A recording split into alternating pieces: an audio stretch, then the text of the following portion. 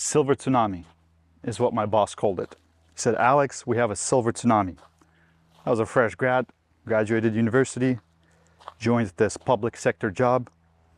And he basically explained that, look, we have our average employee who is over 50 years old. So you're going to see a lot of retirements in the very near term.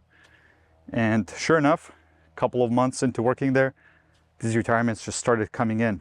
And there's a lot of people retiring from my unit as well. So I had to go and celebrate their retirement. You know, I had to go show up to these conference room halls, very modest celebrations, you know, it's all on taxpayers' dime. So stale coffee, some light refreshments.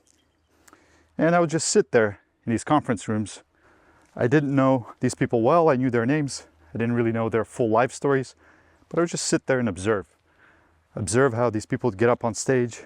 People would crack politically correct jokes, dry humor, get some awkward laughs in the hall.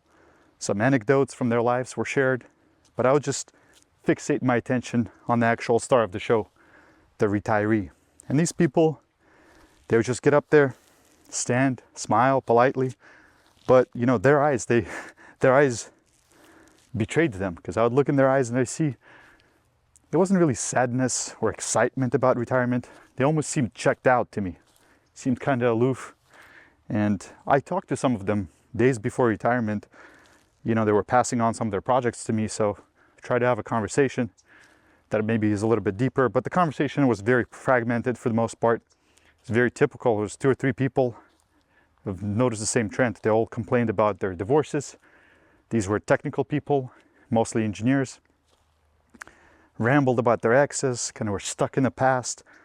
I was hoping to see like some sort of quiet satisfaction, you know, with a life well lived, reflecting back onto the years, their career, but it simply wasn't there. These people had a lot of regret. You could tell that they weren't really stoked about retirement, and going to like a 3rd or 4th retirement party, I couldn't help but to think to myself, is this going to be me in 30 years of this autopilot life, playing it safe, living the standard mediocre NPC existence, and then being woken up to this fact of my retirement, maybe an email reminder, boom, Alex, this is your retirement. You know, that thought was so scary, man. And it makes me think about this quote. It's all over the internet. A lot of podcasters are citing it, but it goes something along the lines of the mass of men live a life of quiet desperation. So what does this quiet desperation look like? Well, it's not loud, right? It's quiet. It's not dramatic. It's very quiet. So it's this subtle ache, this nagging whisper that you hear late at night before you go to bed. This feeling of like, I'll have to wake up tomorrow to the same alarm at the same time, to go to the same place, to do the same work, day after day, year after year. And Benjamin Franklin once said, most men die at 25 and are not buried till they're 75. Is this what you imagined your life to be like when you were 21, maybe 24, graduating university, fresh-faced without all the wiry stuff over here? Probably not. And your life is probably not even bad. On paper, you have decent pay, family, decent income, you take vacations, you have a bright and vibrant social life, you might even train for a marathon or an Ironman. But it's quiet desperation. It's not failure. It's not misery. It is mediocrity. It is knowing that you've never really tapped into your full potential, that you could have done more with your life. There's a Greek myth of Sisyphus. Sisyphus is condemned by the gods to push this boulder uphill. And the catch is, as soon as he gets to the top of the mountain, the boulder rolls right back down, and he has to repeat the cycle.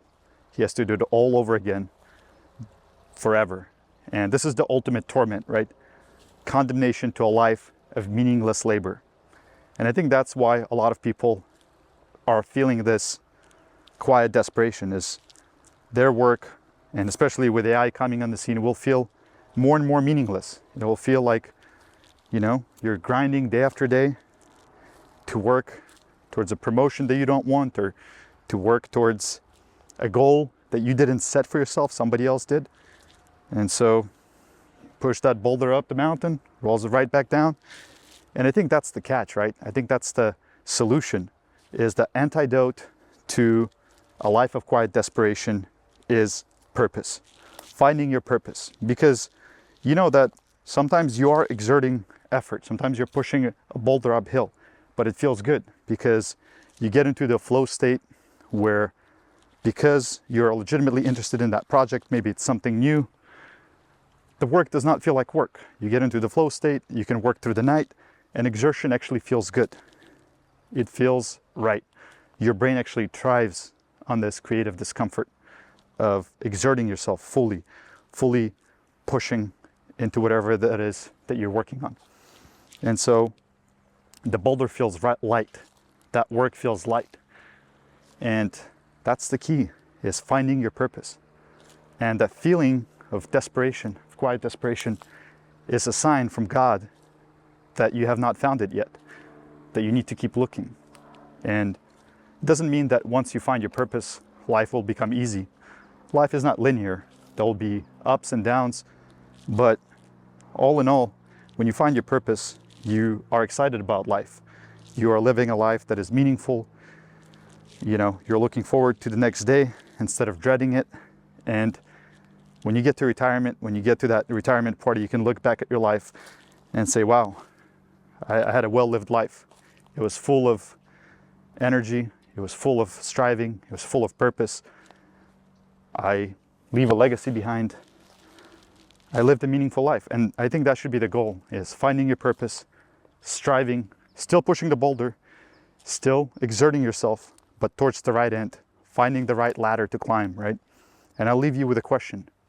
Are you going to keep pushing somebody else's boulder uphill, or are you going to go and find yours?